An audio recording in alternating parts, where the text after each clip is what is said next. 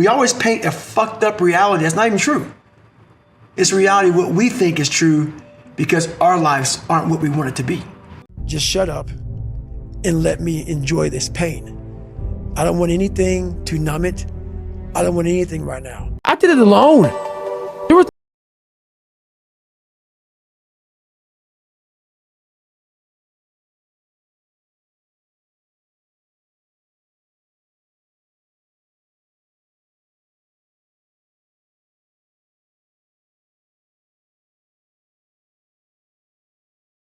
in the gym in the pumping iron days.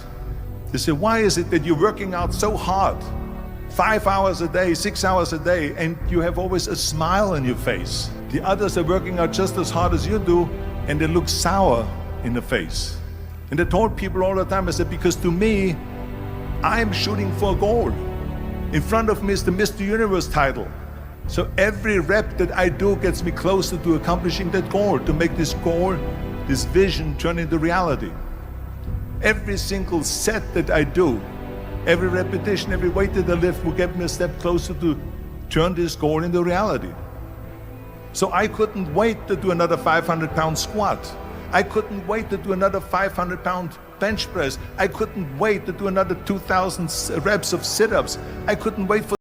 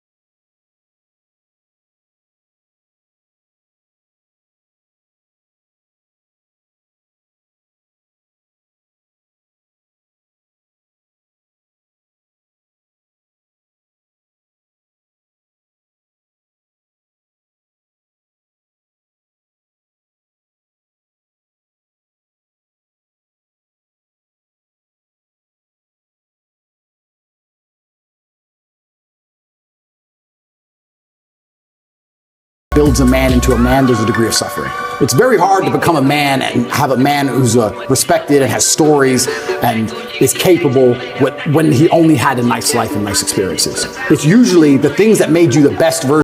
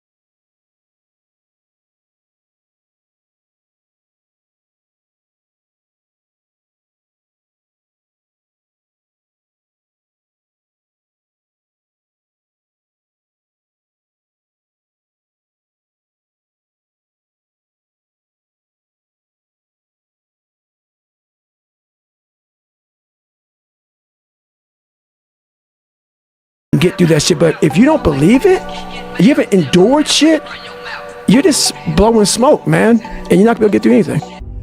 Those times when you get up early and you work hard, those times when you stay up late and you work hard, those times when you don't feel like working, you're too tired, you don't want to push yourself, but you do it anyway. That is actually the dream. But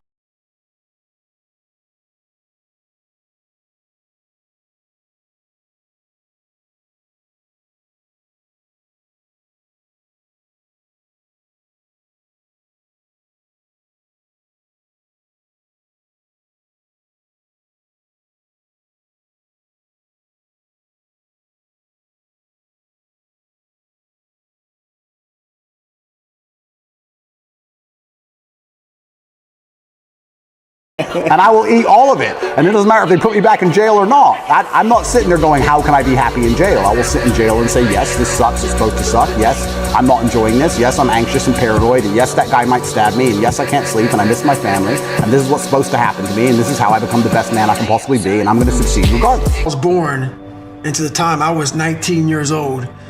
My life had these hurdles. I constantly hit obstacles.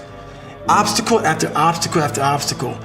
And I had to figure out how to manage suffering, how to deal with it, because it'd be part of my life forever. At least that's what I thought. So in order to deal with it, I had to be able to conquer it and overcome it and deal with it and know that in this suffering, there has to be some kind of growth. With every obstacle, I look at it as friction now. Without friction, there is no growth. You have to have friction in your life to grow. So I start looking at all these different things versus the woe is me mentality. Like, oh my God, look at my life. My life's so fucked up. I come from this fucked up family. I'm being beaten. I'm being abused mentally, physically. I start looking at it as the perfect trial ground. So I had to flip it upside down and say, okay, I'm suffering tremendously, mentally. Use this to your advantage versus your disadvantage. So that's what I did. Versus looking at it as like, oh my God, woe is me, I'm never gonna get out of here. I looked at it as, okay, hang on a second. If I can overcome this, if I can find some power in this, some way to get through this, that right there will be the fuel for the rest of my life. And so I found great strength in suffering. Great strength in it because why? Through all of that, it started to callous my mind over the victim's mentality. This whole thing about suffering, yeah, it sucks. Really bad. Really, really bad. But we all live on this side of suffering. On this side, this nice box that's very comfortable, that we know when everything's gonna happen. We're in it, it's good. We know how everything's gonna turn out. It's those few people who are willing to go on this side of suffering. And once they get through that, ask him how he feels now. His mind, how far he grew. In that short period of time, he grew so much more than the normal person because he was willing to go outside himself. Because on the other end of suffering is greatness. It's not over here. So a whole bunch of us, we put ourselves in this great box. And in that box, there's no suffering in it. So what we do is we shelter ourselves from greatness. So for me, for instance, I was 300 damn pounds at one time in my life. Sprayed for cockroaches, made $1,000 a month. I was living in that box. I would sometimes look over the box and I saw hell, suffering, storms, avalanches, tornadoes. I don't want to go over there, but I knew if I can get through that shit mentally. On the other side was a 185-pound person who's a Navy SEAL, went through Ranger School. Only person to do this, only person to do that, only person to do this. But that's through all of that shit. All that shit I had to go through. So you peek over the box and you go back in and say, oh, I'm okay being 300 pounds, making $1,000 a month. Right. I'm okay over here. And on the other side is where you start